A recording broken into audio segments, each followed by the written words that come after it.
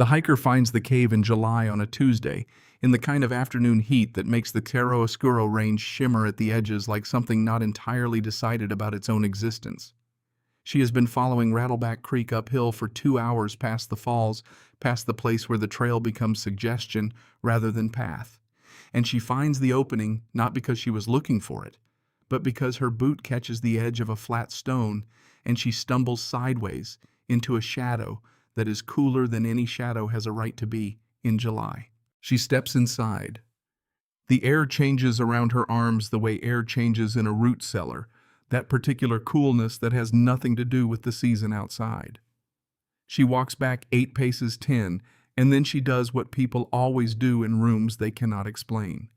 She puts her palm flat against the far wall and holds it there. The stone gives back a temperature that has no business existing. Not cold, not warm, something that has decided what it is and is not interested in argument. She stands with her hand on the wall for a long time.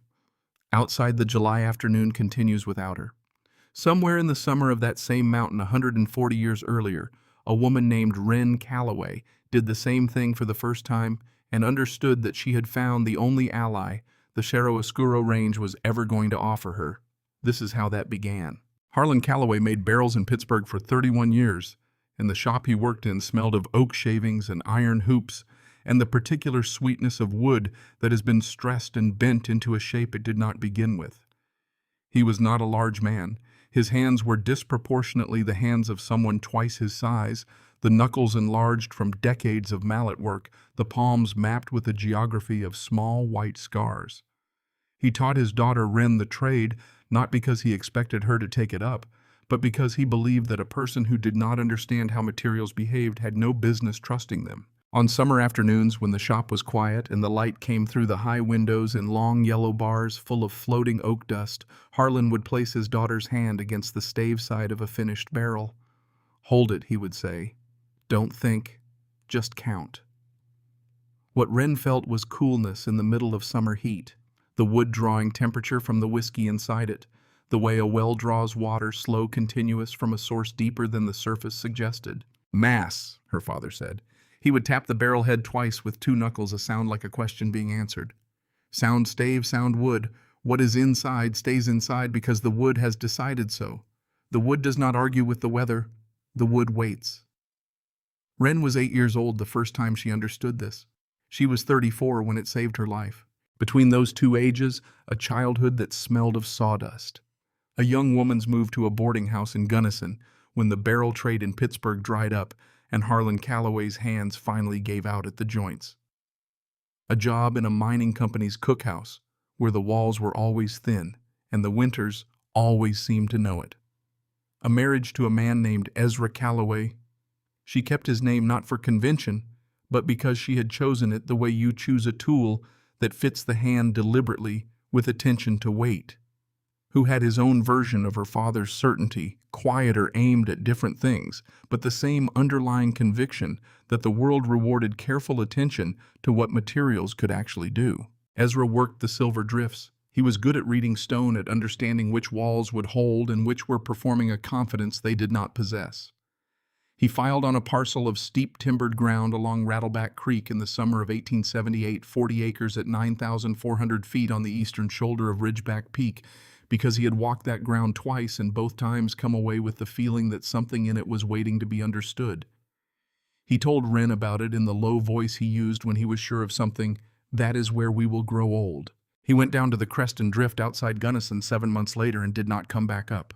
The timber crib that failed was in the 3rd level northeast section, a structure that had been underbored and overtrusted by men with a production schedule and insufficient patience. It went the way all such structures go eventually, which is quietly, finally, without the drama the moment deserved. Wren was in the boarding house kitchen when the foreman came for her. She walked with him to the shaft head and looked once at what they had brought out of the earth and then turned her face into the wind so that none of the men standing there would see her shoulders move. She did not scream. She did not collapse. She had her father's understanding of what sound materials do under pressure, and she intended to be one. What Ezra left her a canvas tent that had spent one bad winter too many. A mule she named Cairn because of the way it stood motionless on a hillside patient as a pile of stones placed there to tell travelers which way to go. A crate of hand tools, draw knives, a hand auger, a splitting maul with a hickory handle. She later rehung herself when the original gave out. A patch wool coat with one broken button she replaced with a horn button from an old coat of her father's. A coffee tin with $41 and some cents. The claim along Rattleback Creek. She arrived at the claim in June of 1881 with Cairn and a wagon's worth of gear that a friend of Ezra's hauled to the trailhead below the falls, after which it was mule packing alone up the switchbacks in loads that left her palms cracked open at the base of each finger by the end of the first week. The mountain received her without ceremony. By the end of July, she had the walls up. Beetle-killed spruce, most of it the kind that comes down straight and true and looks sound until it is too late to change your mind about it. The upper rounds had cured too fast in the thin, dry air at that altitude, checking along their length in a way that reminded her of the mouths of very old men who had stopped being able to close them entirely. The lower rounds were still green at the heart and would not stop moving. She spent August fighting the log's slow decisions. Moss and creek clay packed into a gap at morning would show a fingernail's width of daylight by dusk, the wood having shifted incrementally in response to pressures she could not see. She climbed the ridgepole one September afternoon and looked down the length of the west wall and counted 12 places where light came through that had been solid the night before. The chimney was worse. She had laid it from rounded creek stones bedded in clay of her own mixing, and it climbed the north wall in a shape her father, who had an architect's eye without an architect's training, would have called an argument between a man and gravity that the man was losing. The first time she burned a small fire in the hearth on a clear September evening, the draft pulled adequately, and she allowed herself a cup of coffee at the workbench Ezra had never sat at. Then the wind shifted. It came around from the west shoulder of Ridgeback Peak in a slow, deliberate rotation, dropped down the flue, and pushed the smoke back into the room in a single soft exhalation that made her eyes fill. Outside, Cairn, who had opinions about everything, voiced one about this. Wren sat at the workbench with both hands around the coffee tin and arrived at the understanding she had been circling for weeks. She had built a chimney that functioned only when the mountain felt cooperative. The mountain had not felt cooperative since Ezra went into the ground. She had no reason to expect it to start. She let the fire die that night. She sat in the cooling room while the wind found every gap in the log rounds and moved through the cabin the way a river moves through bad country. Not maliciously, just following the laws it had always followed. And she listened to it. The cabin was not what the mountain required. The mountain was correcting this gap by patient gap in the way that mountains correct the errors of people who build things without understanding the fundamental terms of the arrangement. Somewhere below in the dark timber, a great horned owl asked the same question several times and received no answer it found satisfying. Wren lay back on the rope bed with her boots still on and let herself be still. Her father used to say that a set of hands with a real task in them was a set of hands that grief could not easily find. She had been keeping her hands busy since February of 1879.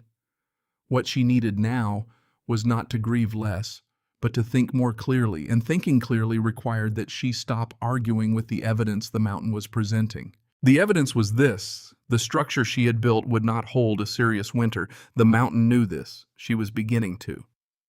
On the first Monday of October, she rode Cairn down to Ashpike Station for 16 penny spikes, a pound of coarse salt, a quart of lamp oil. $2 in her coat pocket, the last of what Ezra had left in the coffee tin. The aspens in the lower drainages had gone the color of beaten copper.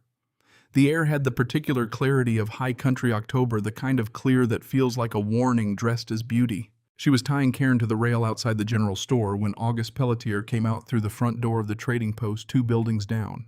He was 71 years old and moved with the economy of a man who has learned that unnecessary motion is a form of waste he can no longer afford. His face was the face of someone who had lived long enough in serious country to have stopped being surprised by it. He sat down on the step of the trading post and picked up a boot he had been resoling, working the awl through the leather without looking up. When Wren walked past, he said without raising his eyes from the work, "That cabin on the Rattleback is green wood." She stopped. She had not spoken to Pelletier before. She did not know how he knew which cabin was hers. "It is," she said. He set the awl down. Went inside, came back with a piece of harness leather cut into a long strip thick and dark with oil. He held it out without preamble. Chink the bottom of your door frame with this. Better than moss. Moss dries out by November. He was already turning back toward the door before she had finished taking it from his hand. She looked at the strip of leather for a moment. Then she put it in her coat pocket and went into the general store. She was counting her change when Amos Hargett came out of the back office. He was 52 years old, which was the age at which certain men in certain parts of the country had accumulated enough to stop needing to demonstrate anything to anyone, and this had given Hargett a quality of stillness that people sometimes mistook for patience. He wore a black wool coat cut in the Eastern fashion, and a beard trimmed square as a plumb bob. His eyes were the pale gray of high cirrus, the kind of sky that means weather is coming but declines to specify when. He owned the Silver Peak Mining Company, which was the largest producing mine above the gulch. He held a controlling interest in the assay office, the freight operation, the store she was standing in.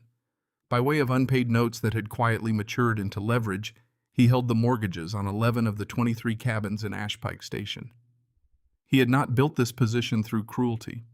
He had built it through arithmetic, through the patience of a man who understood that waiting was a form of acquisition available only to those who did not need the thing immediately. Mrs. Calloway. His voice carried the weight of a hand placed on a shoulder from behind. A word if you can spare one. She could not spare one. She spared it anyway. He did not sit.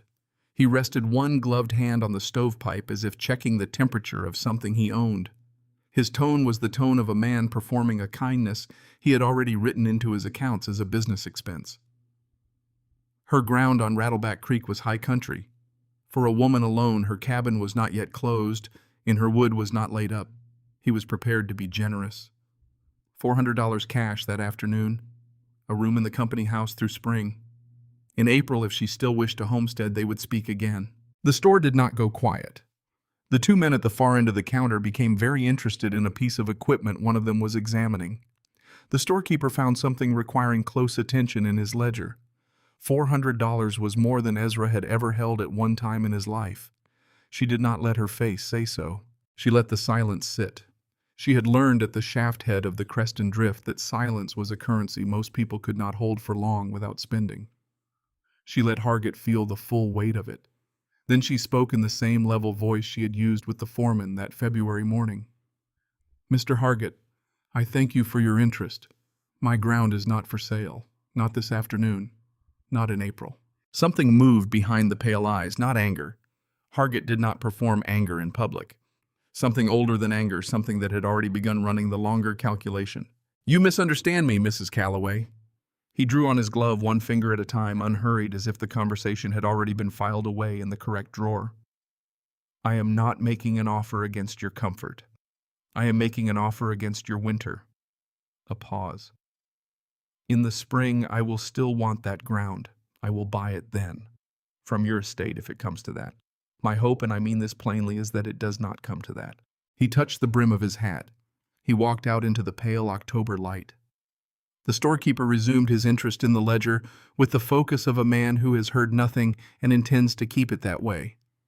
One of the men at the far counter made a small sound with his teeth, embarrassed or sympathetic, or some combination of the two that had not yet resolved into a single feeling. Wren tied the paper of spikes into her coat pocket with fingers that did not shake because she had made a particular promise to herself 2 years ago over a mine shaft, and she kept her promises. She untied Cairn from the rail. She rode the switchbacks in a silence so complete she could hear the mule's shoes strike shale 1212 all the way to the flat above the falls where the half-built cabin waited. She did not cry that night. She did what her father would have done. She sharpened every edge in her toolkit, the draw knives, the chisels, the maul head. She sat by the cold hearth with the lantern turned low and ran Hargett's arithmetic from the other direction, the way you check a column by adding it bottom to top after you have already run it top to bottom. What she understood past any hope of forgetting was that he had not offered to buy her land. He had offered to buy the story of a widow who could not make it through the season, and he had been courteous enough to name his price for the ending of that story in advance. He was giving her 3 months. He had told her so and meant it as a kindness, because in his arithmetic kindness and efficiency occupied the same column. She looked at the cold hearth that only drew when the mountain felt agreeable. She said aloud to Cairn through the log wall to the owl she could not hear tonight, to the mountain that had not once agreed with her about anything since she arrived, "I am not the story he thinks he is buying." The mountain did not answer. It never did. But it was listening in the way that very large and very patient things listen, without any particular investment in what you decide. On the morning of the 6th of October, Cairn broke his tether.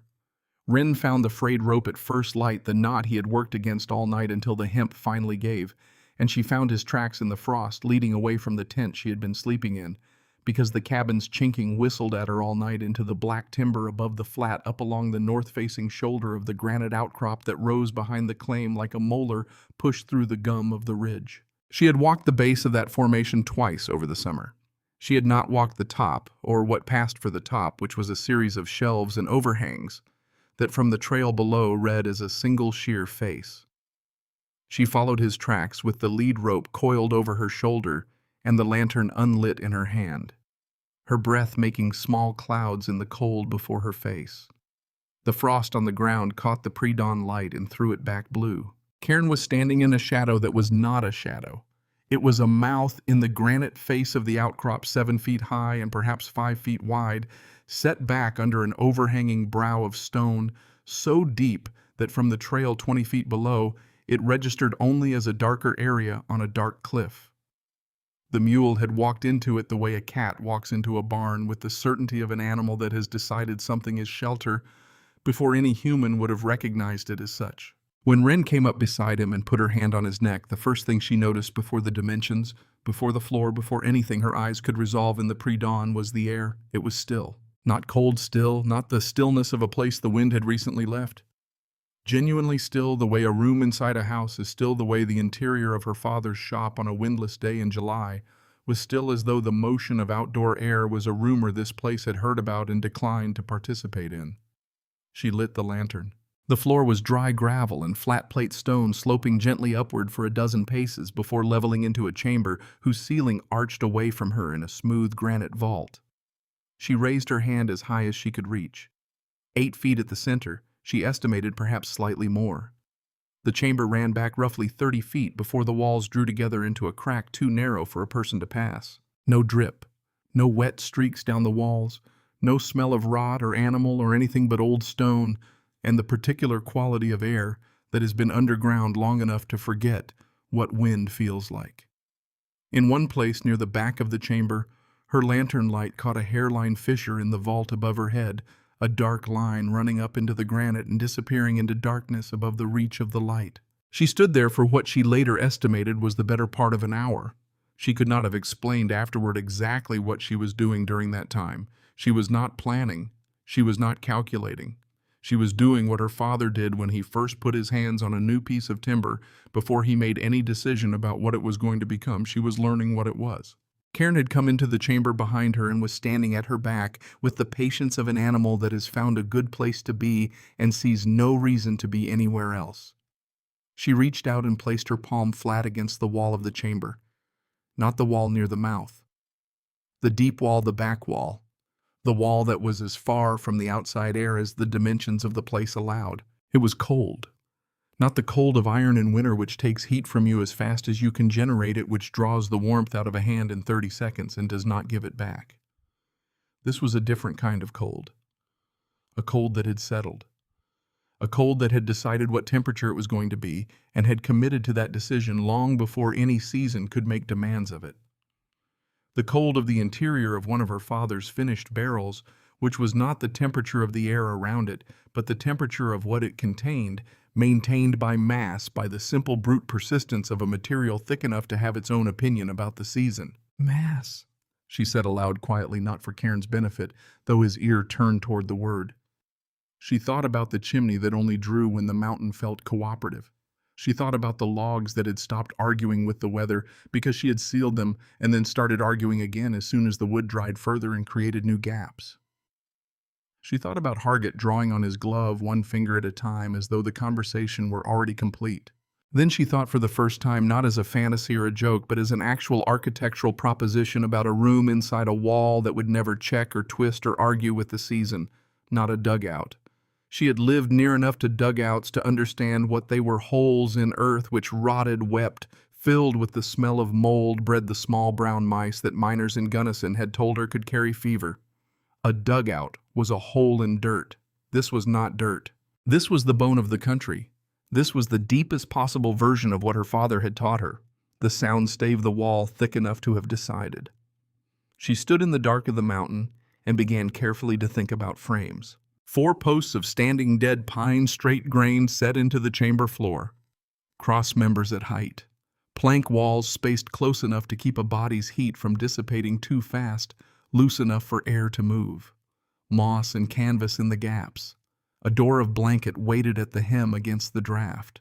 A small iron stove salvageable from the ruined hearth she had not yet given up on. A flue of tin threaded up through that hairline fissure in the vault, which emerged, she was nearly certain, on the outer face of the outcrop as one unremarkable crack among dozens. Whatever heat the stove could put into the chamber's air during daylight hours, the deep wall would receive it. Not quickly, not dramatically, but it would receive it the way a barrel received the temperature of the liquid inside it, slowly, without argument, and then it would hold that temperature the way a barrel held it through the night, through the next day, through whatever the season chose to deliver to the face of the mountain above. The wind outside was not going to find that wall. The wind was going to find the stone of the mountain. It would do exactly what weather always did when it met something thicker than itself. It would go around. This was not madness. What she had built in the clearing, the chimney that only drew when the mountain agreed, the logs that checked and let the cold in through 12 gaps that had been sealed the night before, that was madness. That was the plan that every homesteader before her had trusted: 4 log walls, a stone hearth, faith in cordwood. The cold ate that plan for breakfast. The cold had been eating it since the first winter anyone with insufficient materials built a box in the mountains and called it protection. This was simply mass. This was simply the soundstave. This was simply a lesson her father had taught her over a barrel in a shop in Pittsburgh that she had not understood until this particular morning that she was going to need. She walked Cairn back down to the flat through the frost, not hurrying, the lead rope loose between them. She did not allow herself the luxury of a smile, because a plan spoken too early was a plan given away, and a plan visible on a woman's face was a plan that would travel to every barroom in the gulch before nightfall. Hargett would hear that a widow was moving into a cave and would find it useful in the way he found all things useful, as evidence that his arithmetic had been right from the beginning. The men in Ashpike Station would find it comical, and laughter was a harder thing to outlive than doubt. What she wanted was for no one to know what she was building until the mountain had already rendered its judgment. She was still working out the specifics, the order of operations, which materials could come from the ruined cabin, which had to be sourced from the timber above the outcrop, when she reached the tent and began the morning fire. She had her father's draw knives. She had Cairn and a length of logging chain. She had the stone of the mountain, which had been there for longer than anyone in the Cerro Oscuro range could meaningfully conceive, and which was not going anywhere on account of anything Amos Hargett or any October bequeathed by the season could arrange. She started making her list. The wind changed on the 7th of October. It came around from the northwest in the middle of the afternoon, not the gusty indecision of a weather system trying to make up its mind, but the steady, committed arrival of something that had decided. By evening it was bending the tops of the pines on the flat into shapes they held for 30 minutes at a time, deep, slow arcs that groaned in the wood. By full dark, the first snow was coming across the flat sideways, dry and fine and mean, in the way of snow that arrives at this altitude without bothering to announce itself. Wren was in the cabin attempting to bank a fire in the poorly drawing hearth when the ridgepole spoke the first time. It was a sound she recognized not from experience with ridgepoles exactly, but from her father's shop. When a hoop was set wrong and the stave was bearing lateral load it was not designed to carry. A sharp, resonant complaint that was the material being honest about what was coming. She did not wait for the second complaint.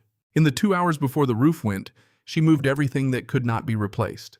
The coffee tin, her father's draw knives wrapped in canvas, the splitting maul, the wool blanket and the sheepskin she had been sleeping under, the tin of matches, the cornmeal and dried apple she had packed up in September, the small pistol Ezra had left her loaded, which she put in her coat pocket because a woman alone at 9,000 feet in a collapsing structure needed to be complete in her preparations. She bundled it all against Cairn's sides with the lead rope and a piece of harness leather, and he stood for the bundling with his particular quality of stillness, as though he had understood from the beginning that this night was going to require patience from both of them. The roof did not go all at once.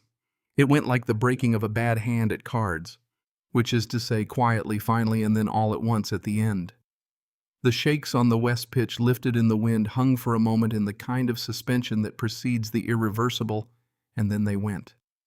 The sheeting followed. Behind the sheeting, a full third of the ridgepole came down into the room in a sound that she felt in her back teeth, dragging with it a curtain of clay, chinking, and dried moss, and the accumulated argument she had been having with the mountain about this structure since August. She was outside by then, one hand on Cairn's cheek strap, the way Ezra had shown her the first time she rode her lantern out in the wind, the snow coming into her face horizontally. She did not look back at what she had built. She had spent whatever she had in her for houses. She looked up the slope. The outcrop was a dark shoulder against a sky the color of an old bruise, and she could not see the mouth of the cave from where she stood, but she knew the direction. She started walking. Cairn came with her because Cairn was an animal of settled opinions, and his opinion about the direction she had chosen was that it was correct. They went up through the timber in the dark and the wind in a cold that was already past what any October calendar had any business listing. She fell the first time on a buried root. She fell the second time when the crust gave under her left foot, and she went down sideways into a drift that closed over her knee. Both times Cairn stopped moving and waited for her to get upright again with the patience of something that understands that patience is the only thing it has to offer in this particular situation. When she reached the shelf below the outcrop, she could not at first find the mouth in the dark. She moved along the base of the rock face with one hand trailing stone, the wind behind her now, until her outstretched hand fell into the still air that had been the first thing she noticed that morning. Not wind, not cold, just the absence of motion that announced a space the weather had not found. She led Cairn in as far as he would go. She sat down with her back against the granite of the deep wall, the mule warm beside her in the dark, the wind making its argument at the mouth of the chamber 30 feet away and being refused. She had not lit a fire. She did not have the strength left to lay one. She sat in the dark with one hand flat against the stone at her back and counted her breath until it came back to something like regular. In the first hour, she was simply too cold to register much beyond the fact of being alive. In the second hour, as her core temperature stabilized and the darkness of the chamber stopped feeling hostile and started feeling merely dark, she noticed something. The stone at her back was not cold. It was cool the way a spring cellar is cool in August, the way something is cool when it has decided what temperature it is and has the mass to enforce that decision against the season's preferences. The wind at the mouth of the chamber had been driving into the mountainside for 6 hours. The temperature outside was already past anything a sane October had a right to demand. The stone at her back had not moved. It had not agreed to be colder. It had simply declined to participate in the evening's argument. She sat forward and put her other palm against the opposite wall. The same. She reached down and pressed her hand to the plate stone she had stacked near the mouth 2 days ago. Cooler, yes, closer to the cold of the outside air. But the deep wall, the wall that was granite all the way down to whatever depth the mountain is made of that wall, had not changed. She did not have a thermometer. She did not need one. What her body told her over the slow hour it took her heart to stop hammering against her ribs was that the mountain had in its own fashion come to an agreement with her. Not with words, not with any acknowledgement that she existed, with mass, with the ancient refusal of granite to be talked into anything by weather. She slept with her head against Cairn's flank and her back to the wall and her coat pulled close, and she did not dream. When she woke, it was gray light, the storm still moving, but the worst of it passed, and she was alive, and the wall behind her was precisely as warm as it had been when she fell asleep, which is to say, not warm exactly, but not cold in the way that kills. She went to the mouth of the chamber and looked down at the flat. The cabin was a shape she did not at first recognize. The west wall was down. The ridgepole was a broken line. The chinking she had packed and repacked all September lay in the snow like the scattered remains of a structure that had been trying to hold on and had finally been given permission to stop. She stood there for a long time. She did not this time cry. She had spent what she had for houses 2 years ago at a shaft head in Gunnison, and there was nothing left in that particular account. What she felt instead was the kind of clarity that comes when a bad barrel finally splits and you can stop pretending you might save it. The cabin was over. The plan every homesteader she had ever watched put their faith in the 4 log walls, the stone hearth, the cordwood laid up against the season was over. The cave, on the other hand, had just become the only argument she had left. It had held the weather out with nothing but its own depth and the particular stubbornness of granite. And it had held her, and it had held the mule, and the stone at her back was the same temperature this morning that it had been last night, which meant the mountain had made its position clear. She turned back toward the chamber. She had work to do. The frame she had sketched in her head was not going to build itself, and she had just been given at considerable cost a complete answer to the question of how much time she had. Not 3 months. Not the season Hargett had priced in advance. Whatever the mountain was willing to give her, which was more than he had counted on because he had not considered the possibility that she would make common cause with it. She was going to find out what that meant. She began with the floor. Not the frame, not the wall, not any of the elements she had sketched in her head on the walk down from the chamber that first morning.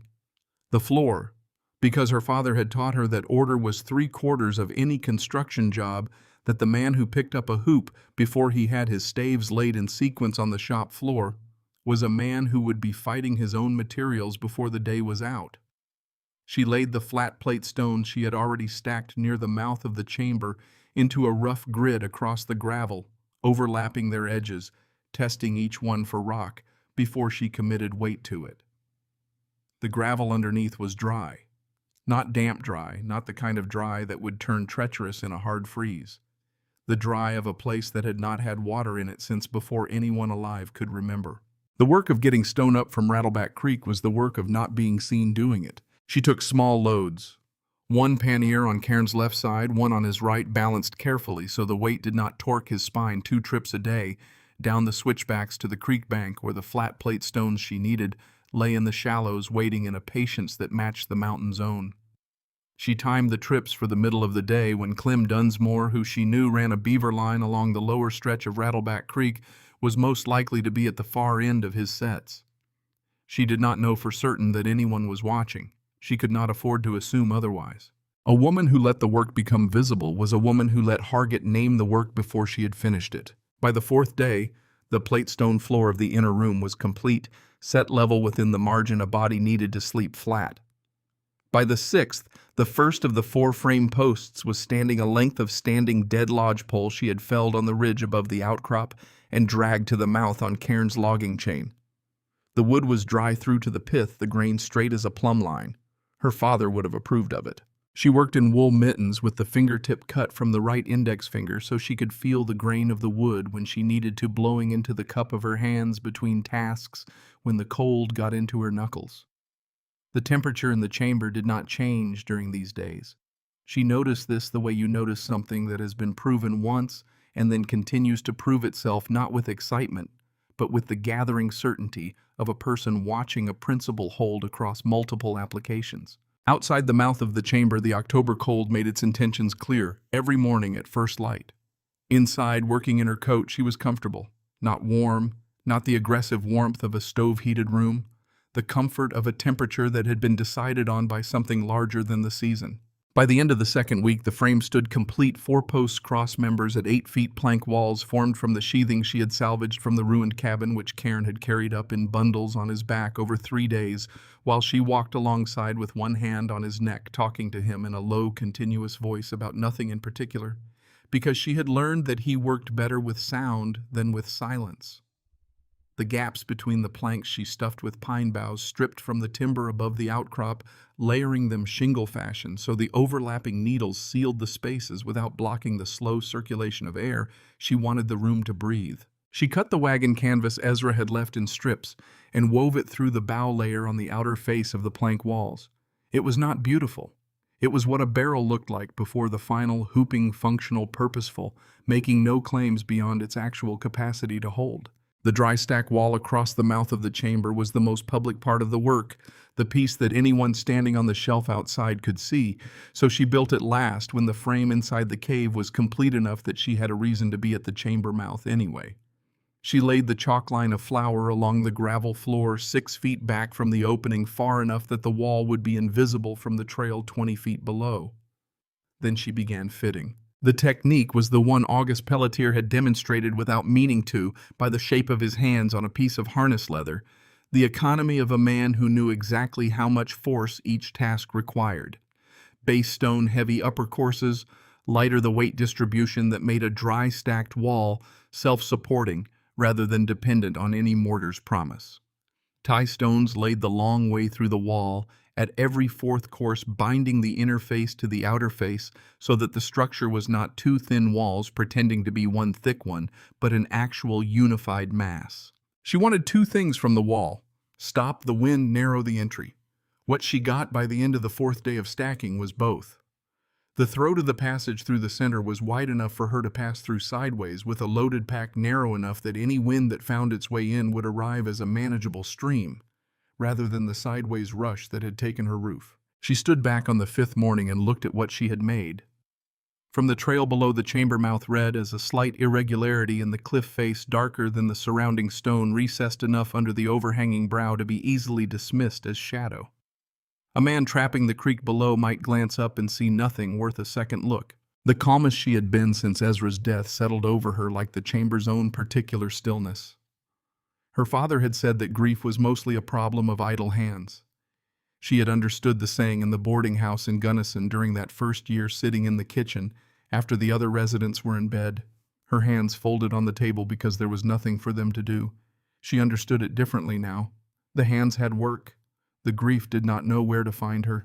She was eating twice a day, sleeping 6 hours, waking in the dark chamber with Cairn's breath warm at her back, and the deep wall at precisely the same temperature it had been when she closed her eyes. The stove took 2 days to seat correctly. She had carried the cast-iron firebox up from the ruined cabin wrapped in canvas, the stove grate tucked inside it, the whole assembly heavier than it looked in the way that iron always was. She set it in the near corner of the framed room on the flattest plate stone she owned, back from the plank wall far enough that she could move around its sides, close enough to the deep wall of the chamber that the stone would receive what heat the stove produced without losing it to the open air of the outer chamber. The flue was what she had been thinking about since the first morning she saw the hairline crack in the vault. She climbed up on the keg she had rolled in from the collapsed cabin stores and examined the fissure by the light of 2 tallow candles set on tin plates. The crack ran up into the granite at an angle that felt like intention, though she knew the mountain had not intended anything on her behalf. It ran toward the west face of the outcrop, which was the face that caught the afternoon sun. A flue that emerged there would be pulling warm air from outside for most of the afternoon, which would help the draft. What she needed was 2 inches of enlargement at the base where the crack was narrowest, not 2 inches through solid stone. 2 inches at a place where the stone had already begun the work. She worked the half-inch chisel into the base of the fissure and tapped with the small hammer using the short strokes her father had used to seat a barrel bung, not driving the tool. Following the grain the way you follow a deer trail through timber, choosing the path the stone had already preferred. Granite was not an accommodating material, but it had a direction if you were willing to read it patiently enough. The grain of this fissure ran up toward the west shoulder of the outcrop, and she followed it. 6 hours a day, 3 days. Not more than 6 hours, because past that point the hammer strokes stopped landing clean and the chisel began to wander. On the morning of the 3rd day, she put her forearm into the enlarged slot and felt the cold of the open air on the outside face of the outcrop against her fingertips. The slot emerged on the sunward face of the rock as a crack indistinguishable from the dozens of natural fractures surrounding it. A man standing anywhere on the trail below could not have told it from the work of 200 years of freeze-thaw cycles. She assembled the tin flue from 3 sections she had bought in August for the cabin chimney that never went up. She had bent each section into a cylinder by wrapping the tin around a fence post and running the seam over on itself, the same overlap and roll her father used on the iron bands of a firkin. The joints connected by telescoping each upper section, sliding inside the lower, the gaps small enough that when the metal heated, it would expand to seal them. She packed the space around the tin where it entered the slot with wet creek clay mixed with dry grass, pressing the mixture into the gaps with her fingers until the tin sat solid in the stone. She gave the clay 2 days to firm before she touched the stove. On the evening of the 1st of November, she laid a half-armload of split pine in the firebox wood, no thicker than her wrist, small enough to be controlled, large enough to matter, and struck a match. The fire caught. The smoke rose. She climbed back onto the keg with her arm raised as high as she could reach and held her palm near the tin at the ceiling. The pull was there. A steady, quiet, continuous draw of the mountain breathing through the slot she had made for it in the slow, even rhythm of a sleeper. Not the roar of a hungry flu that would consume her wood supply in a week, the patient pull of a system that did not need to work hard because it had been set up correctly. She sat down on the edge of the platform bed frame she had not yet finished building. The little stove warmed the near corner of the room. The deep wall behind her was still cool, would be cool for hours yet. That was not failure. That was the thing working exactly as intended, the stone receiving heat in the slow language of materials that have decided to remember something. She allowed herself, for the first time since October, a cup of coffee that was still warm when she finished it. She came down to Ashpike Station on the 4th of November because she was out of lamp oil, needed salt, needed the town to see her upright. A woman who let the settlement forget her face gave the settlement permission to forget her. She rode Cairn down the switchbacks with her back straight and her collar turned up against a cold that was no longer pretending to be autumn. She tied him at the rail outside the general store, went in, read her list to the storekeeper with the neutral efficiency of someone running an ordinary errand. The store held its small silence when she entered, the kind that closes like water over a stone when the moment passes. The two men near the back found their checkers. The storekeeper's greeting was half a note too careful. She was waiting for her change when Hargett came out of the back office. He looked at her the way he had looked at her in October, that single assessment from collar to boot to face, calibrated as a survey instrument. His expression performed cordiality without committing to it. "Mrs. Calloway, I had understood you were living rough." She let the silence sit the way she had learned to let it sit. When it had stretched long enough to cost him something, she answered in a voice pitched to carry to the men by the checkerboard, "I am living exactly as roughly as I need to, Mr. Hargett, and no rougher. I eat twice a day. I sleep warm. My mule is fat. I came for salt." He looked at her steadily. Something shifted in the pale eyes. Not the recalculation she had seen in October, something more careful than that. "You are living in a cave, Mrs. Calloway." "I am living in a room," her voice even carrying. "3 of its walls are granite. Your bank vault has the same arrangement. I have not heard anyone call your assets cave money." The storekeeper resumed pouring salt with great concentration. One of the checkers players made a small sound in his throat that began as a laugh before he thought better of it. Hargett held her gaze for one more beat, then inclined his head by the minimal margin that his dignity permitted, turned, walked out into the flat light of early November without another word. She paid for her goods. She was walking Cairn to the north end of the street across the plank bridge over the frozen edges of the creek when Ruth Crandall came out of the millinery without a coat and stopped her in the road. Ruth was the wife of the day shift foreman at Silver Peak, a compact woman in her mid-40s whose face carried the particular alertness of someone who had spent years sitting at the edge of conversations she was not supposed to be having. She came alongside Cairn, so her voice would not travel.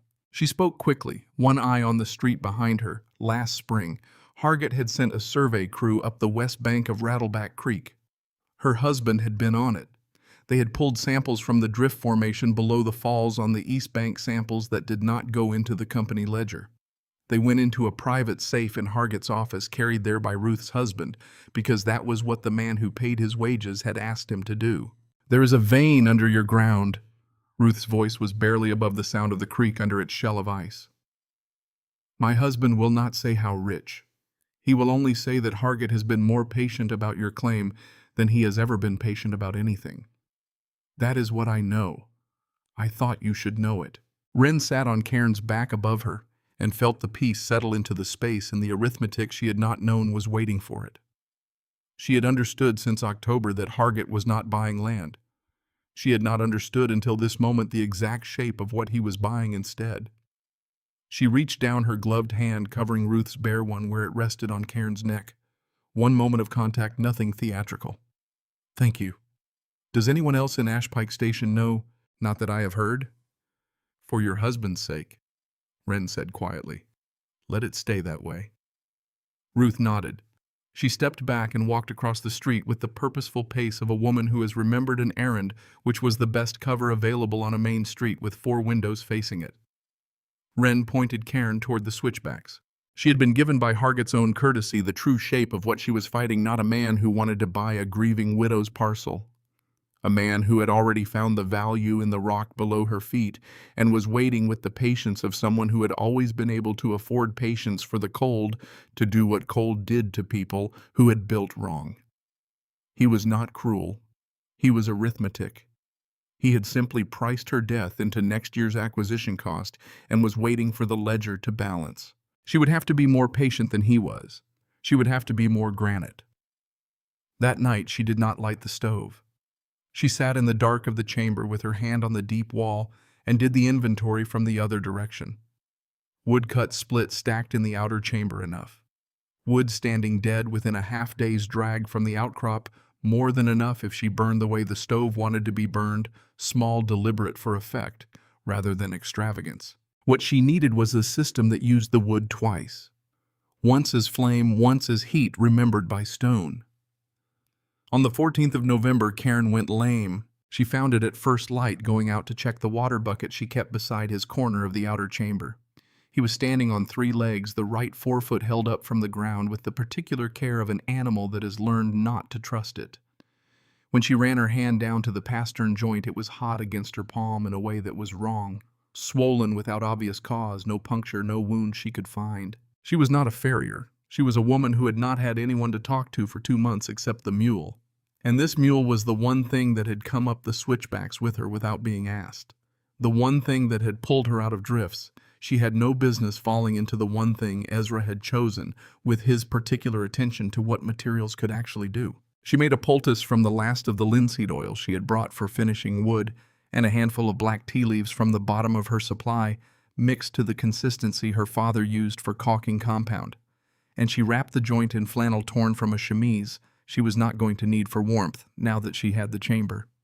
She built a stall for him in the outer passage, a rope boundary tied to pegs driven into natural cracks in the stone wall, and she moved his water bucket inside where the residual coolness of the chamber, still markedly warmer than the outer air at night, would keep it from freezing over in an hour. She sat on the gravel floor of the outer chamber with her back against the stall partition that first morning, drinking her coffee, talking to him in a voice she had not used with anyone since the last morning she spent with Ezra before he went down to Creston Drift. "You are not the price of this winter." The words came out of her quietly, without preparation, as if they had been waiting in the back of her throat for the right moment. "I have already paid Ezra. I am not paying you on top of him. Do you hear me, Cairn? You are going to walk out of this place in April with your feet in mud." His ear turned toward her voice. His breath was warm on the back of her hand where it rested on the partition top. She had not cried at the shaft head in Gunnison. She had not cried when the roof went. She had not cried when Hargett told her he would buy her claim from her estate. She cried that morning against the mule's neck, the silent kind of crying that has no performance in it, the kind that happens when a person has been holding a particular weight for long enough that the muscles finally give without permission. She cried for perhaps a quarter of an hour. Then she stood up, put her hat on, went out into the cold morning and split the day's wood. By the 16th, the swelling had reduced to warmth without puffiness. By the 18th, he was putting weight on it. She kept him in the stall for 3 more days. Out of caution, she could not afford to stop feeling. And on the 21st of November, she led him out onto the snow in front of the dry stack wall in the pale morning light, and let go of the lead rope and watched. He shook himself the full length of his body, the way a mule shakes when it remembers what it is. He dropped his head and pushed his nose through the surface crust of the snow and blew out through his nostrils, scattering it. He lifted his head. He looked at her with both ears forward, which was his way of asking whether something was required of him. She stood at the mouth of the dry stack and did not name what she felt. She had learned somewhere in the 2 years since Creston Drift that naming certain things was a way of making them smaller. The wind changed. It came around the shoulder of Ridgeback Peak the way the October wind had come, but slower this time, more deliberate, with the quality of something that had been traveling a long distance and knew exactly where it was going. There was no snow in it yet. There was a smell, a high iron edge in the air, the smell of cold that arrived before the weather carrying it, the way thunder arrives before rain. She had lived at 9,000 feet for 2 seasons now. She knew the difference between the smell of weather coming and the smell of weather that had already decided. This was the second kind. She turned back into the outer chamber and spent the rest of the morning doing what she had been preparing to do since the second week of October. She stacked the dry wood inside the outer chamber against the inner wall of the dry stack where no drift could bury it. She topped up the water buckets from the seep she had found behind the north face of the outcrop, a slow, reliable weep of groundwater that had not frozen in October and showed no inclination to freeze now. She checked the sand in the hem of the blanket door, repacking 2 places where the weight had settled unevenly. She set a bed of tinder in the stove and laid a single match beside the firebox door because the day might come when her hands were too cold to strike 3. Then she lay down on the platform bed under her wool blankets, fully clothed, and listened. Down in Ashpike Station on the 15th of December, Amos Hargett walked into the Silver Peak Company store and stood at the counter while the clerk named Peel wrote out a change in the cordwood pricing. Company wood would sell from that morning forward at twice the previous rate to any account not on company payroll. Peel wrote it down without lifting his eyes from the ledger page. He had a daughter of 6 with a cough that had started in October and not stopped. The change went into the accounts.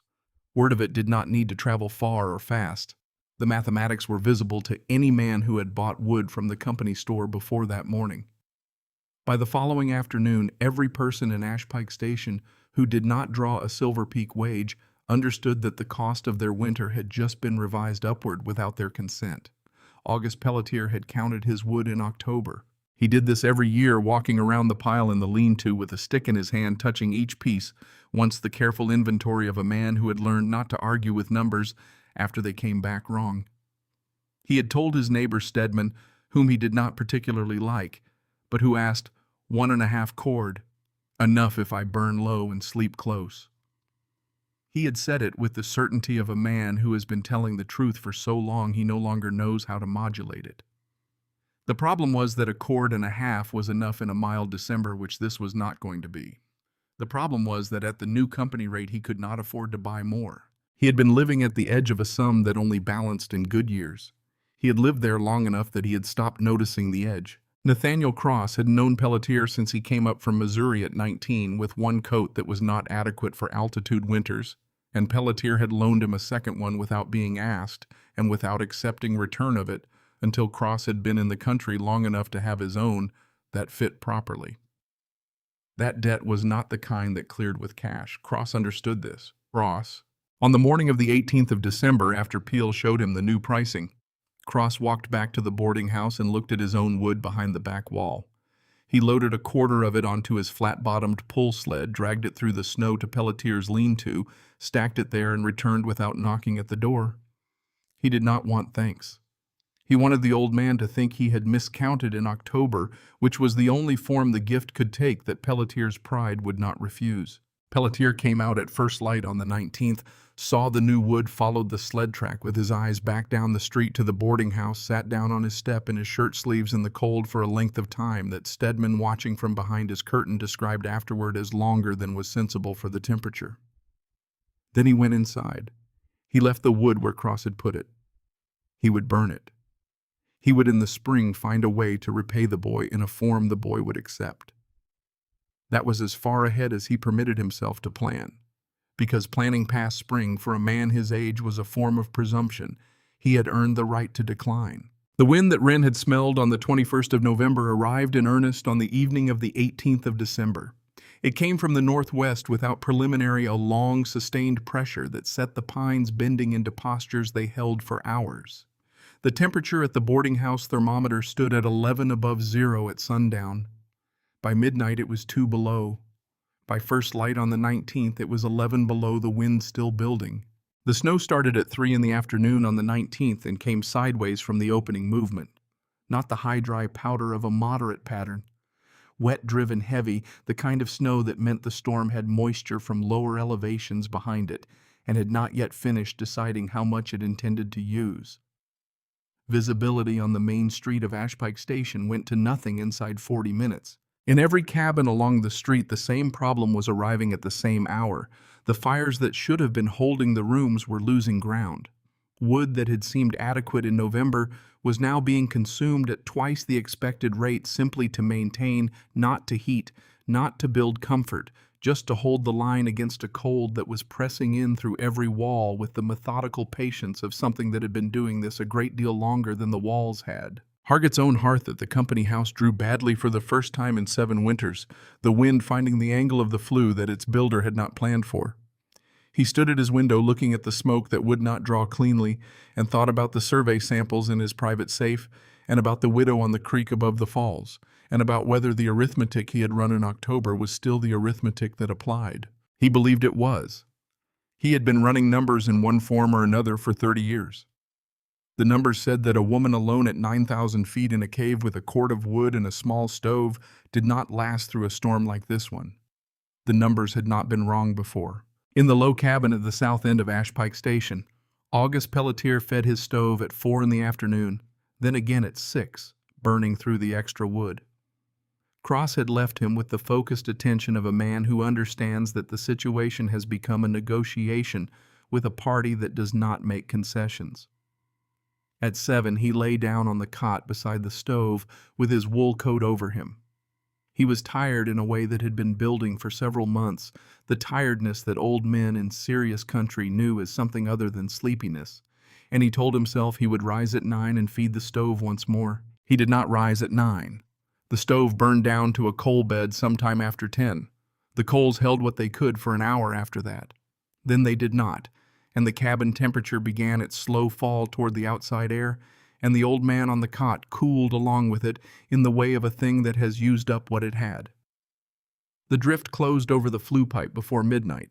At the same hour on the flat above the falls in the chamber inside the mountain, Wren sat on the edge of the platform bed with her hand on Cairn's neck through the rope halter and listened to the wind against the dry stack wall outside.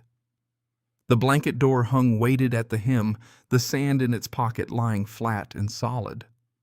The stove had held a small fire from noon until 4 in the afternoon and had been cold since then. She had not been cold since 4 in the afternoon. The room was cool at the shoulder level, the way rooms get cool when their fire dies, but the stone at her back, the deep wall, the wall that had been receiving her small, deliberate fires since October, banking each one the way a material banks. What it is given that wall was releasing into the room.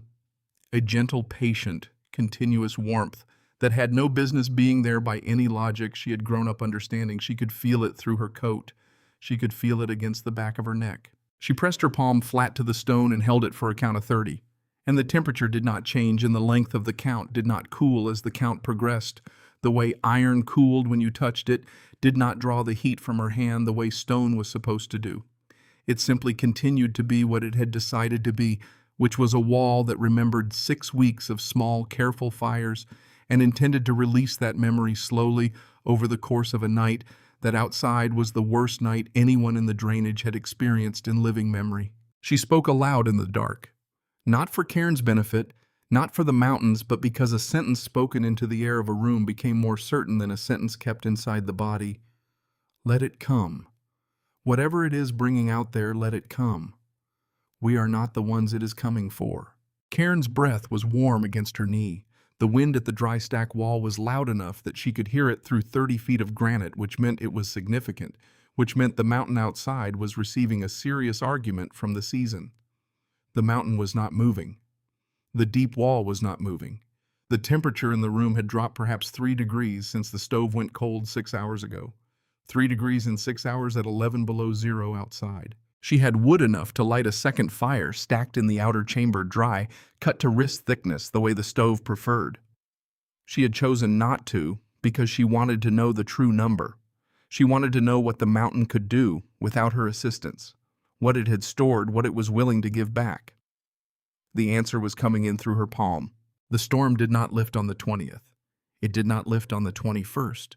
The wind that had arrived on the evening of the 18th held its shape for 4 full days and 3 full nights, rotating only enough to change the angle from which it delivered the snow, which meant that drifts built on every face of every structure in Ashpike Station, and the snow on the north side of the Mission Church rose above the belfry rail, and the main street of the settlement became a tunnel between walls of white that a person could not see over. Wren kept a diary of the storm in the back pages of Ezra's Bible.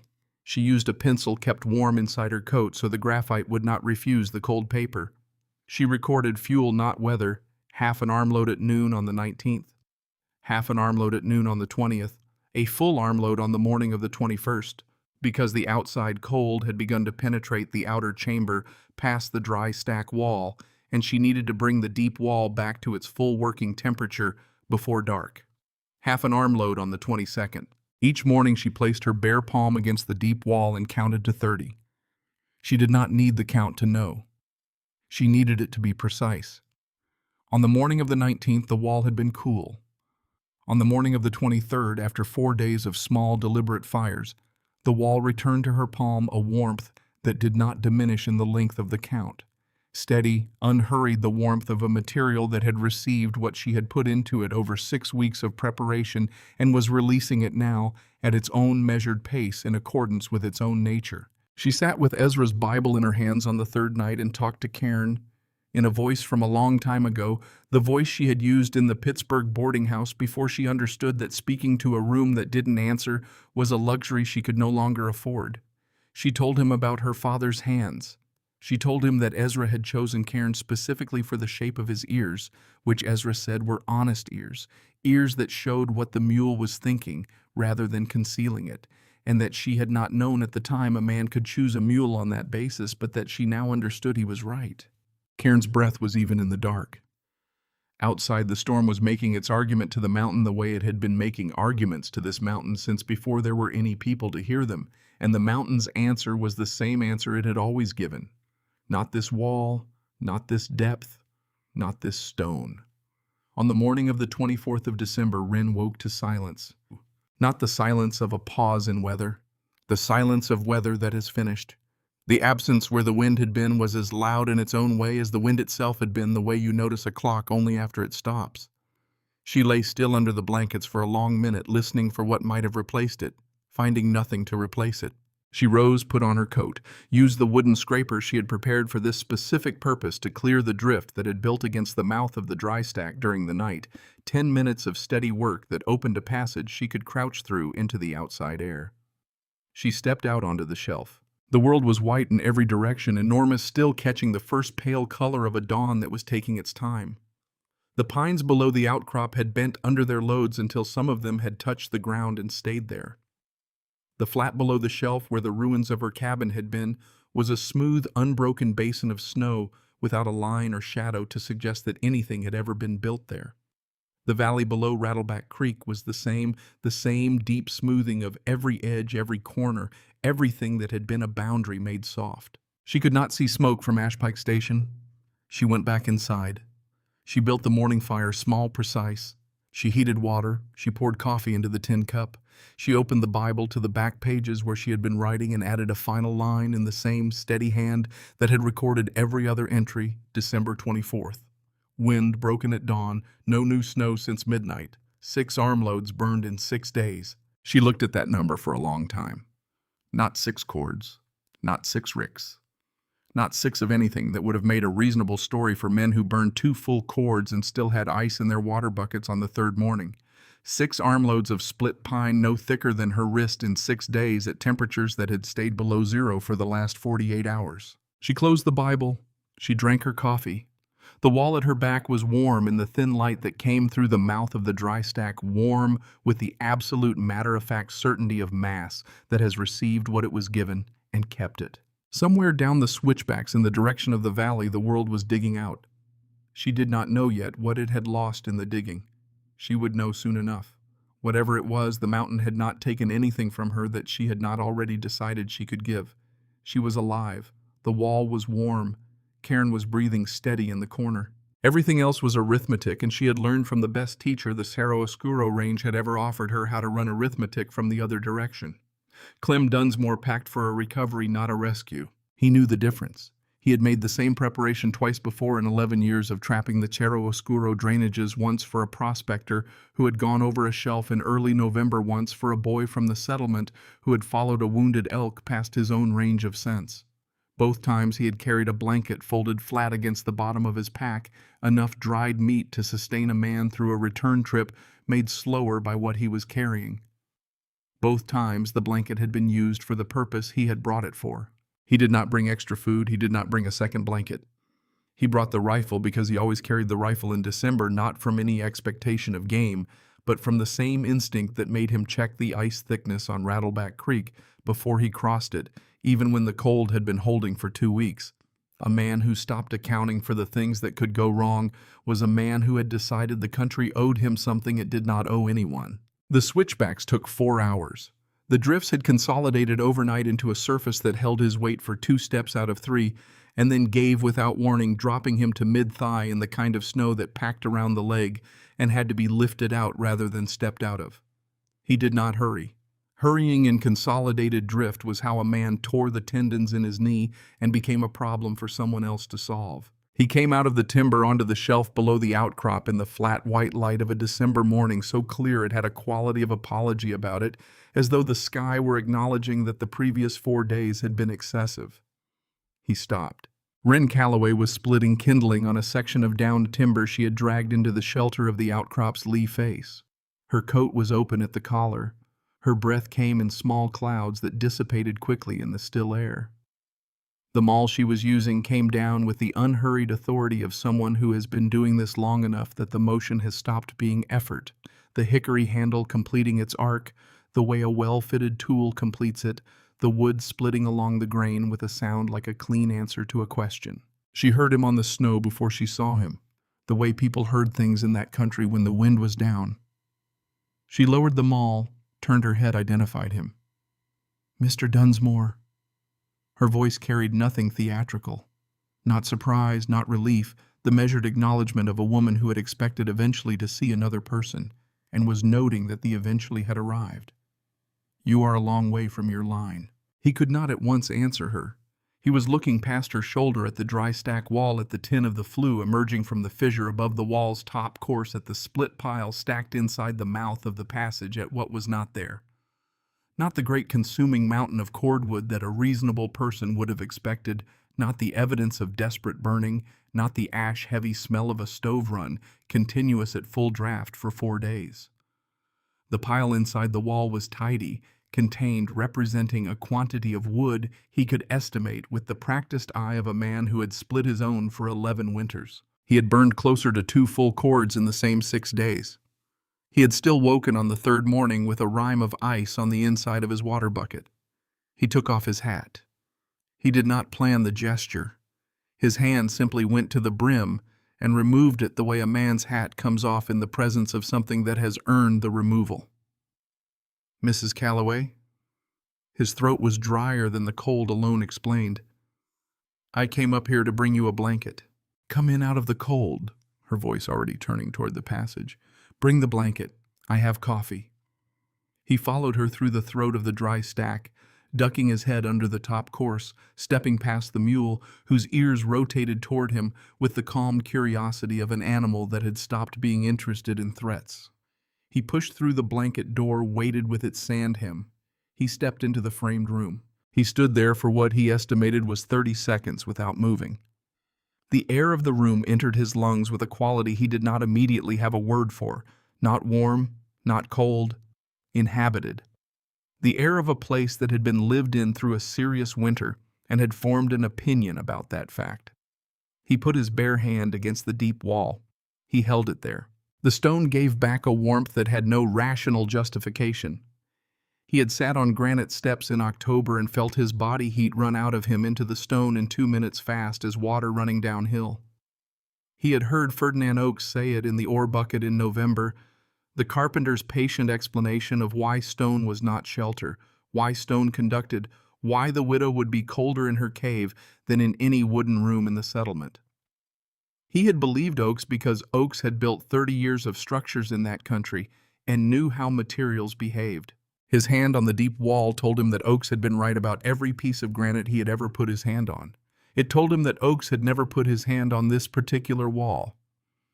"You have been keeping a fire in here." His voice came out quiet, Careful, the voice of a man trying to account for something he is holding two contradictory sets of facts about. I have been keeping the mountain. She handed him a tin cup. The coffee was hot. The fire I keep only long enough to teach the mountain what I need it to know. The mountain does the rest. Sit down, Mr. Dunsmore. You look like a man who has walked 4 hours uphill in serious snow. He sat on the edge of the platform bed. He drank the coffee. His hands came back to him around the cup in the way hands came back to themselves when the cold had been making decisions they were not designed to make. He asked the number because the number was what he needed to hold the rest of it against. How much wood have you burned since the 18th?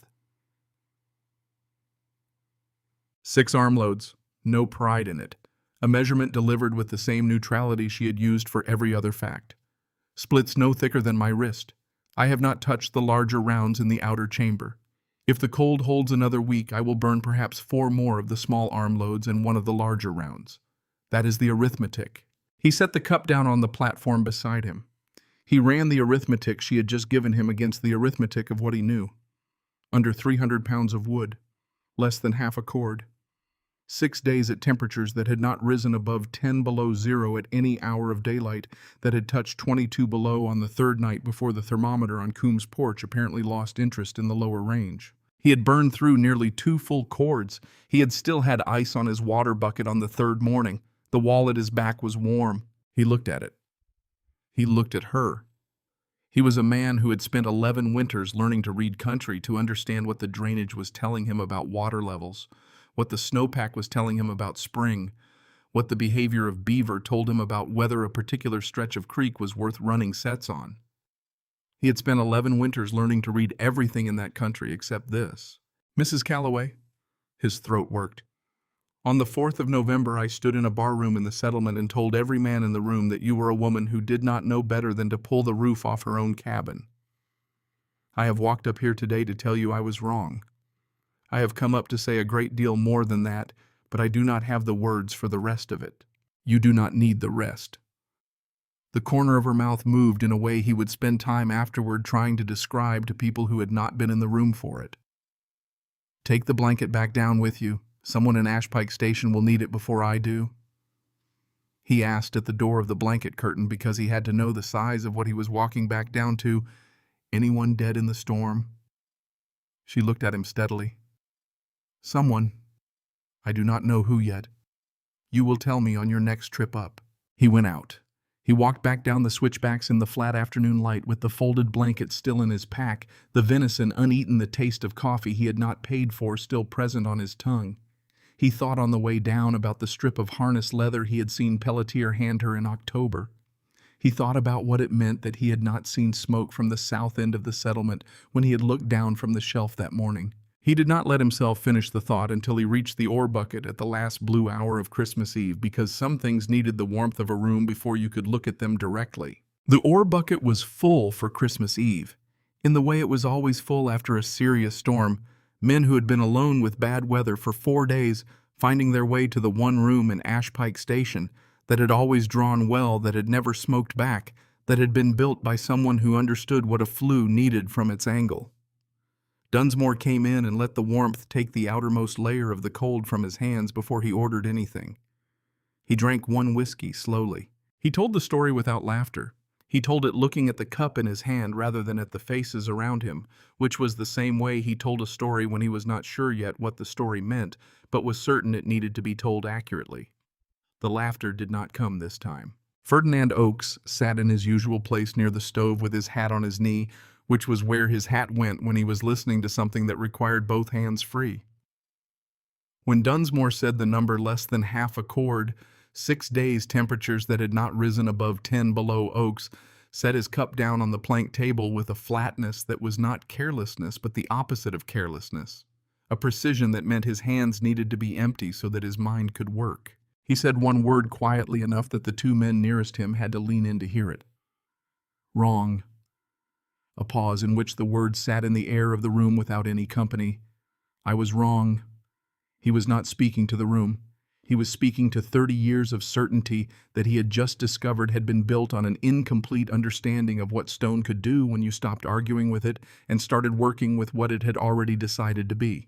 Nathaniel Cross had his right boot off his foot wrapped in flannel on the bench beside him, 3 toes that had lost their feeling on the second night of the storm and had not found it again. His face, when he looked up at Dunsmore, carried the particular quality of hope that a person wears when they have been recently instructed by serious consequences and are not yet certain what the instruction permits them to believe. Would she teach a man? His voice was thin from 4 days of cold and the effort of not showing what the foot was costing him.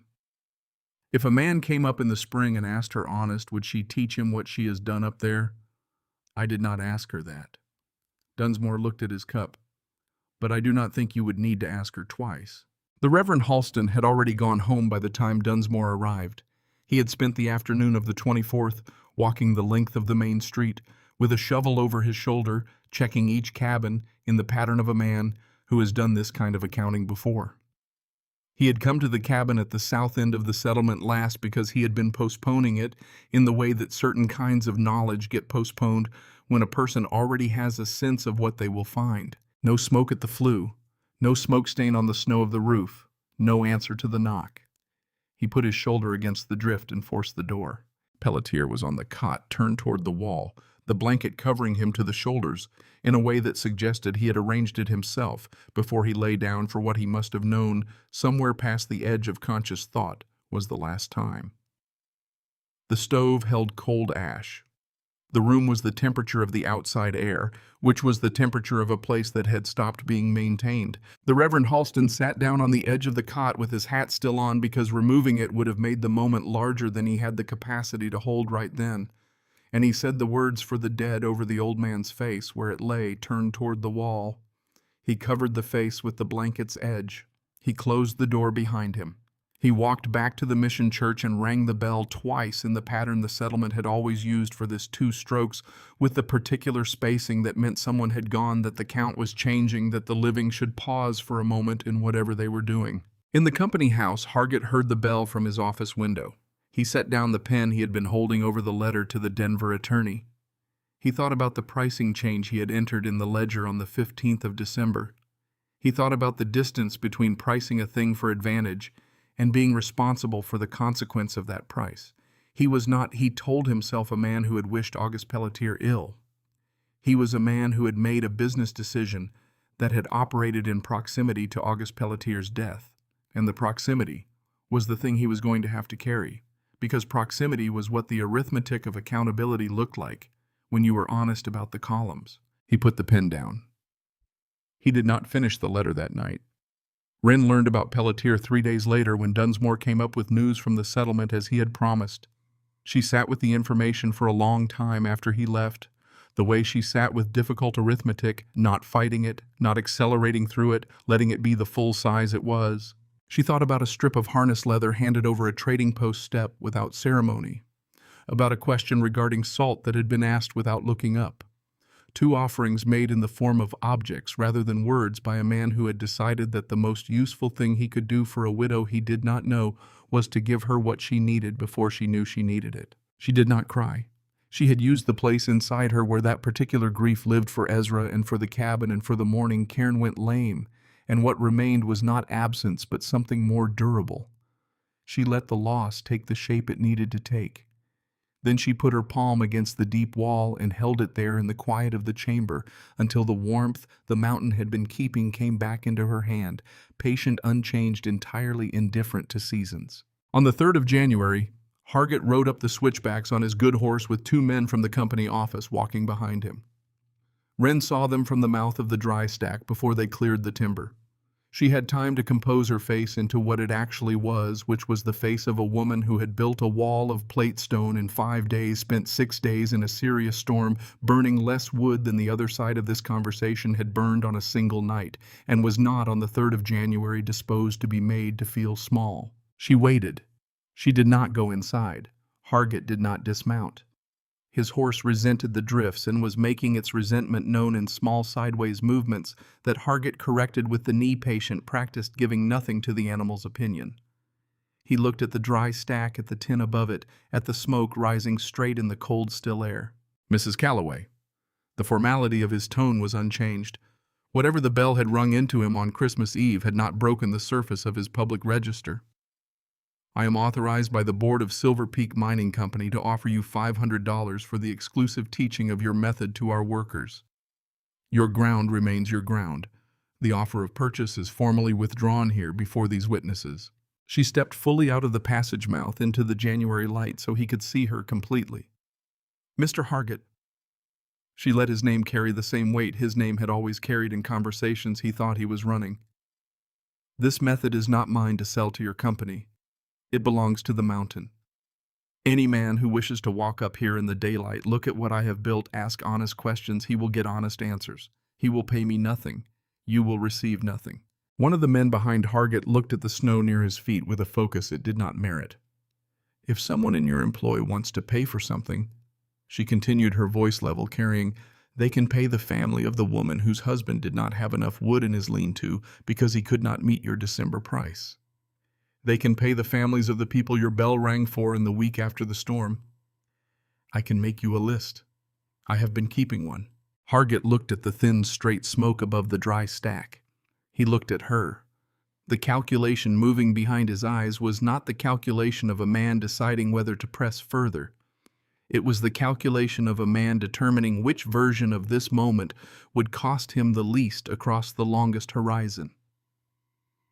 "Good day, Mrs. Calloway." He turned the horse. He rode back down the switchbacks with the two men behind him, none of them speaking. He sat at his desk that night until near midnight with the unfinished letter to the Denver attorney on the blotter.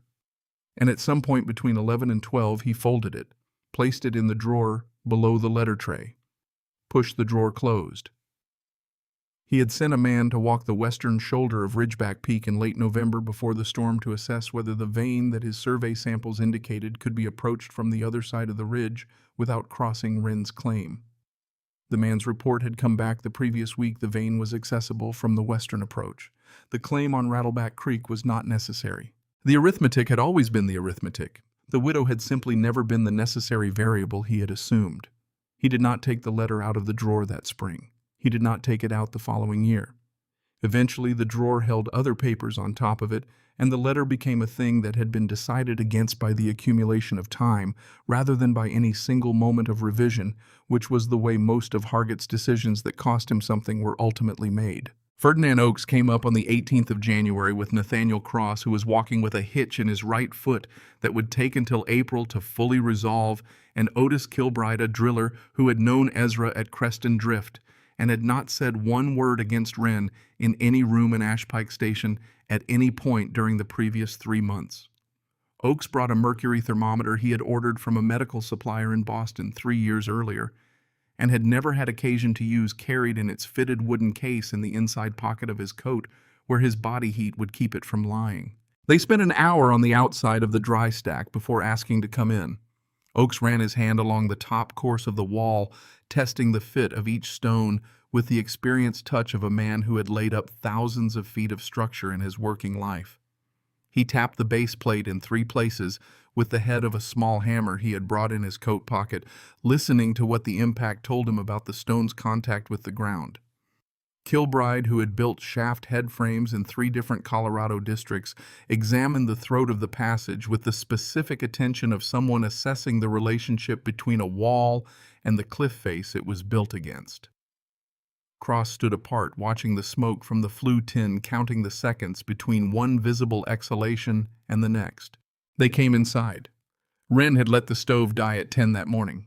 It was now past noon. Oakes placed the thermometer on the platform bed frame and did not look at it for 15 minutes because a thermometer read before it had equilibrated told you the temperature of wherever it had been rather than where it was. Kilbride put his hand on the deep wall. He held it without speaking. Then quietly, not turning his head, "Oakes, come here." Oakes crossed the room. He placed his hand on the deep wall. He held it for a slow count. Then he crossed to the inner face of the dry stack and placed his hand there, cooler, measurably cooler, the stone closer to the outside air, retaining less of what the fires had put into the room. Then he returned to the deep wall. He was making the argument to himself with his own palm, stone by stone, the way a careful man made any argument by checking it against the available evidence, rather than against what he expected it to find. He looked at the thermometer. He looked at it for a long time without speaking. 51 degrees. His voice was the voice of someone reporting a number they have verified twice because the first reading did not seem possible. 51 inside. Cross went out through the passage and read the thermometer Oakes had placed on the outer face of the dry stack when they arrived. He came back. 19 above. The difference was 32 degrees. The stove had been cold for 2 hours. The outside temperature was 19 above zero, which in January in the Cerro Oscuro range at this altitude was not a cold day. This was a moderate day. On the nights of the storm when the outside air had been running at 20 below, the differential had been working with significantly more hostile raw material. The deep wall had held through all of it. Oakes sat down on the edge of the platform bed with both hands resting on his thighs. He was 58 years old. He had built log structures in that country since he was 29. Had studied the problem of mountain winters through the work of his hands for 3 decades, had developed and transmitted to 2 men he trained a complete theory of what materials could do in serious altitude cold. The theory had been right about everything except what granite could do when you stopped treating it as an obstacle and started treating it as a participant. Mrs. Calloway? He passed one hand across his beard, a gesture she had not seen him make before, the gesture of a man clearing something away to make room for what he needed to say next. I have been building in this country for 29 years. I have taught 2 men. I have written down in my own hand the correct method for raising a log wall and laying a hearth that draws. For all of those years I have believed that a man who worked in stone worked in death, because stone took heat from the body faster than the body could produce it, because stone conducted cold rather than resisting it. He stopped. The room was quiet enough that she could hear the fissure above the flue tin making the small sounds of metal that has been heated and cooled repeatedly, settling into its permanent accommodation with the granite around it. I stand here corrected. Oakes continued, his voice carrying the particular flatness of words spoken by someone who has prepared them carefully, because they are going to be said only once, and they need to be exactly right. You have taught me what I thought I knew. You have taught me what I was teaching wrong. I do not say this easily. I do not say it to anyone else in Ashpike Station. I say it to you because you are the person who earned the hearing of it. Wren did not smile. She nodded once, a single acknowledgement that received the sentence, without keeping it the way you receive a measurement you have verified, and then set aside because the measuring is finished. Kilbride asked the question he had carried up the switchbacks. Can this be built anywhere, or does it require exactly this kind of cave? She answered him with the precision of someone who had been thinking about this question for 3 months. It needed a cave dry to the touch 30 paces back from the mouth in every season, which could only be confirmed by a spring melt visit. Rock dense enough that a knife blade dragged across the surface left no mark. A back wall with no weeping at any time of year. Protection from the prevailing wind direction which in that valley ran northwest. A natural fissure in the vault, or a place where the stone showed a direction that a chisel could follow over 3 or 4 days of patient work sufficient to carry a tin flue without a rock drill. Not every cave in these mountains has these qualities, she told him. Dozens do. I have identified 4 others within a half-day's walk of this one. Any man who wants to look further is welcome to the knowledge of what he is looking for. Oakes stood at the blanket door before leaving one hand on the frame already half through. He turned back. He looked at the deep wall, at the tin above the stove, at the framed room inside the mountain that had held a woman alive through the worst storm in the memory of everyone currently living in the Cerro Oscuro drainage. You have done a thing here, Mrs. Calloway. He said it the way certain sentences get said, without inflection, without emphasis, the flatness of the delivery being the thing that makes clear the speaker understands the weight of what they are putting down. You have done a thing that will outlast a great many houses. He went out. The 3 of them descended the switchbacks in the flat white light of a January noon. 3 small figures moving down through a landscape that had spent the last month proving what it was capable of, and Wren stood at the mouth of the dry stack and watched them go until the timber closed over them. She thought about her father's shop, about the 2-knuckle tap on a finished barrelhead, the particular sound of a material that had been made correctly asserting that fact. The mountain had been tapping back at her since October. She had spent 3 months learning to hear what it was saying.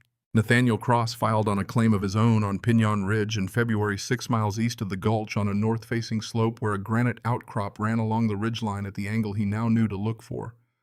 He found a fissure in the vault of the largest cavity that ran upward at the angle Wren had described. He opened it with Kilbride's help over a single long weekend, the two of them working the chisels in alternating shifts, following the grain of the stone rather than arguing with it. He slept in the finished shelter for the first time in the last week of February. 2 wool blankets, a small stove against the deep wall, the fissure venting cleanly into the night air above the ridge. In the morning he woke with sensation in every finger of both hands.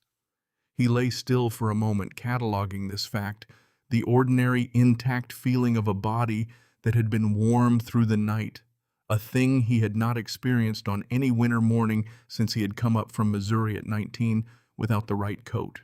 He lay there in the dim of the outcrop shelter and thought about an old man who had given a boy a coat without being asked, and about what it might have meant to that old man to go into the storm with nothing but a cord and a half of wood at the doubled company rate, and about the difference between what had been survivable in that drainage before December of 1881 and what would be survivable in it from December of 1881 forward, now that the knowledge existed of what the mountain was willing to do for a person willing to work with it. The Hollister family at Twin Fall Crossing spent the following winter with their cabin's back wall opened into a granite ledge that ran along the foot of the ridge behind their property. They wrote to a cousin in Ohio that spring that they had burned less by a third than any winter since they had come to the country. The letter stayed in the family's Bible for 4 generations. It was the first written record of what the barrooms in Ashpike Station and the 2 neighboring settlements had taken to calling rock backing the method, having traveled from claim to claim through the winter of 1882 in the way that genuinely useful knowledge traveled in that country person to person, demonstrated rather than described. A government surveyor named Rutherford Vane came through the drainage in the summer of 1884, mapping quadrangles for the Geological Survey. He was precise, unromantic, committed to recording what he found, rather than what he expected. In his field journal for the 11th of June, he noted an encounter with a widow named Calloway, residing in a natural rock chamber above her patented claim on Rattleback Creek. Interior temperature at time of visit mid-morning 56 degrees. Exterior 61. Chamber showed no moisture. The method appeared to depend on a windbreak of dry stacked stone at the entry, a salvage stove with a tin flue through a natural fissure, and deliberate use of the surrounding granite as thermal storage.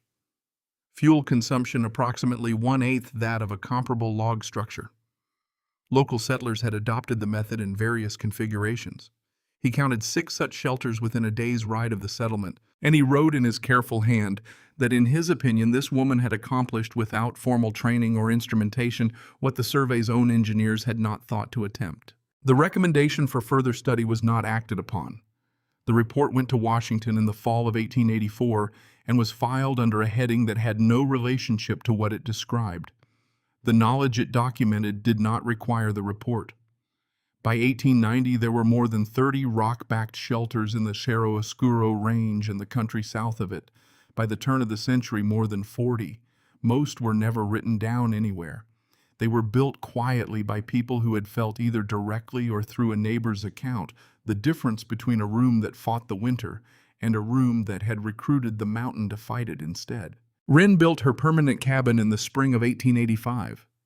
Not on the ruined foundation of the first one, but 100 yards to the east on ground where the sun reached the door an hour earlier on the shortest day of the year. She built it low with a heavy sod roof, and she set its back wall directly against the granite of the outcrop, so that the mountain formed the 4th wall of the structure as a matter of construction, rather than as a workaround.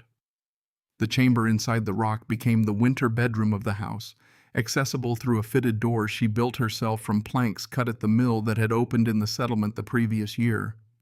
She used it only in the coldest weeks, the ones where the outside temperature went past what a wooden wall with all its insulation could reasonably negotiate. In the ordinary winter, she slept in the cabin with the mountain at her back. Cairn had a stall built against the same granite ledge, which meant the mule and the woman were warmed by the same wall, which Wren considered an appropriate arrangement given what they had been through together. 2 men asked to marry her in the years following the storm She thanked each of them plainly with the respect their honesty deserved. She did not explain her refusal because the explanation would have required more words than the situation warranted, and she had always preferred the shorter version of things. Ezra's Bible sat on a shelf she had cut into the stone above the platform bed in the chamber, the Bible's back pages holding the diary of the December storm, in her small pencil hand, the entries still legible 20 years later. She had not written anything in those pages after the 24th of December, 1881. The record was complete. The storm had been survived. The method had been proven. Everything after that was consequence. Cairn died in the autumn of 1889. He went down in the pasture below the cabin on a morning in October when the aspens had turned and the air had the first thin edge of what was coming. She found him in the afternoon.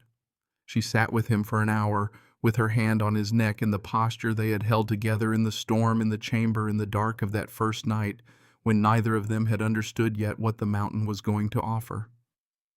She talked to him in the Pittsburgh voice, the low, continuous tone she had used in the early days when they were still learning what the other one needed. She dug his grave herself over 2 days in the softer ground at the base of the outcrop where the granite began its descent into the earth, so that the stone that had kept him through that winter would keep him in whatever way stone keeps the things that rest within its field. She placed a single flat stone over the ground. She did not put his name on it. She knew where he was. She would know until she could no longer know anything, which was the only deadline she accepted. She lived to see the century turn. She was 53 in 1900, still working the claim, still maintaining the chamber in the state of readiness. She had maintained it since 1882, though the chamber had not been her primary shelter since she built the cabin. She kept it the way you keep a tool you have proven and do not want to forget you have. Silver Peak Mining Company closed its stamp mill in 1913.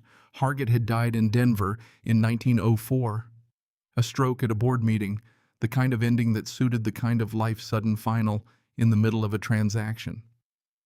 The company passed to a nephew who had none of his uncle's patience for a mine that had stopped yielding at the rate the original investment required. The vein under Rattleback Creek, whatever the private survey samples had suggested about its character, was never worked. The approach from the western ridge that Hargett's man had identified required infrastructure costs that no longer made sense once the Silver Peak's main shaft began to play out, and the nephew did not have his uncle's conviction that the arithmetic would eventually resolve in his favor. It did not. Wren died in her cabin in the second week of March, 1907. Pneumonia. The country doctor from the settlement said the kind that moved faster than intervention could follow at that altitude. The mountain was at her back. The stove held a small fire in the corner. The wool blanket she had carried up the switchbacks in October of 1881 was the last blanket over her, which was not a thing she had planned, but which had happened the way that certain things happened in long lives, lived in small spaces through the accumulation of ordinary mornings.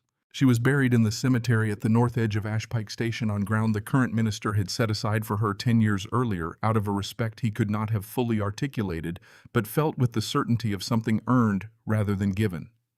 Her stone read her name, her dates, and at the request of a woman in the settlement whose family had warmed themselves through 18 consecutive winters, using the method that Wren had worked out alone in an October cave, one word: kept. The Silver Peak mine closed entirely the year after that. The settlement contracted, then hollowed, then became the kind of place that was more past than present. The Forest Service took jurisdiction over the drainage in the 1940s and exercised it by leaving things largely alone, which was the correct response to ground that had already worked out its own arrangements. The cave is still there. A hiker in July following Rattleback Creek above the falls, climbing the eastern shoulder of the outcrop, finds a low opening in the cliff face framed by the collapsed remains of a dry stacked wall, the plate stones scattered by a century of freeze-thaw cycling, but the shape of the original construction still legible to anyone who knows to read it. The wooden frame inside is a dark smear on the gravel, recognizable as the ghost of 4 posts only to someone who has been told what to look for. The stove was taken by a salvager in the 1930s for its iron. The tin of the flue is a red line of rust at the base of the fissure which runs upward through the vault in a hairline that widens near the outer face of the rock into a slot no wider than a forearm, The width of the enlargement, a woman made with a half-inch chisel over 3 days in October of 1881, following the grain of the stone rather than arguing with it. If the hiker steps into the chamber and stands still in July, they will feel on the skin of their arms the thing the hiker, at the beginning of this story, felt a difference between the air of the chamber and the air of the shelf, outside the chamber, running cool in a way that has nothing to do with the season, the particular coolness of a space that has been insulated by mass rather than by material, by depth rather than by construction. If they place a bare palm against the deep wall and hold it there for a slow count, the stone will return to their hand, a temperature that does not shift in the length of the count. Not warm, not cold. Decided. The temperature of something that has been keeping the same position for a very long time and has no reason to change it. The mountain is still keeping the shape of a room that has not existed for decades. It has not forgotten. It does not know how to forget. That is the nature of mass, which was the first thing Wren Calloway tried to teach his daughter over a barrel in a Pittsburgh shop, 2 knuckles tapping the head, the sound of the wood answering back with everything it knew. The stone holds the temperature it decided on. It will hold it tomorrow. It has been holding it without payment, without ceremony, without any interest in whether anyone comes to feel it for going on 150 years. That, if you were to ask her, is what a house is supposed to do.